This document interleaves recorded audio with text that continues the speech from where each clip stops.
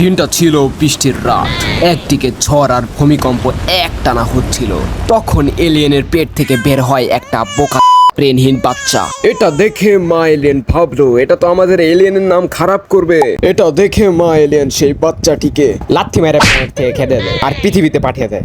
কিন্তু সেই বোকা ব্রেনহীন বাচ্চাটি মনে মনে ভাবলো যে এই পৃথিবীর সকল বাচ্চাদেরকে ল্যাংটা মানে ব্রেনহীন বানাবে।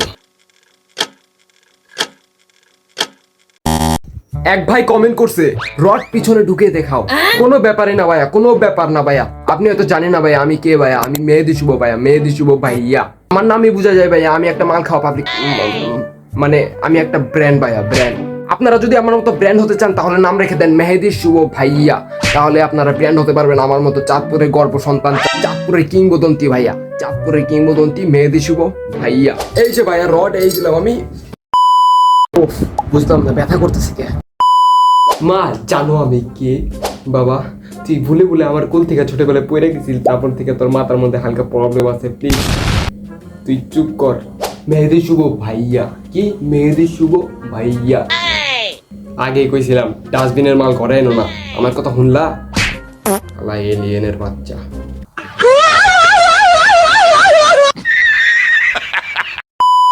মেহেদি শুভ ভাইয়া, আপনি কি ফোন চালান? আমি আইফোন ছাড়া অন্য কোনো ফোন ইউজ করি না। আমি মেহেদি শুভ ভাইয়া ছোটবেলা থেকে আইফোন ইউজার। ভাইয়া এই যে আপনার আইফোন, ওই যে 1 ঘন্টা লেগে দাম নিয়েছিলাম না ভিডিও বানানোর লেগে, এই যে আপনার আইফোন, এই কভারের পিছে 10 টাকা আছে, আর 10 টাকা পরে দিননি ভাইয়া। তেরি মা কা ভোসম মা।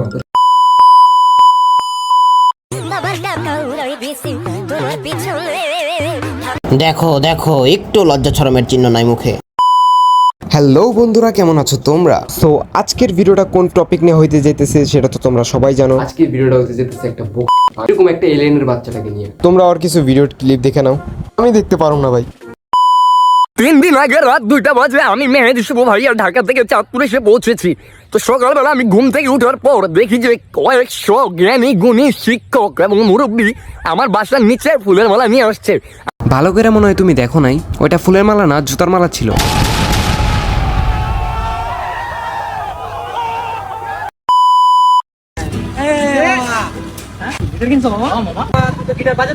আরে গিটার বাজানো লাগবে, মেয়ে ইমপ্রেস করার জন্য গিটার গেছি, মেয়ে ইমপ্রেস করার জন্য।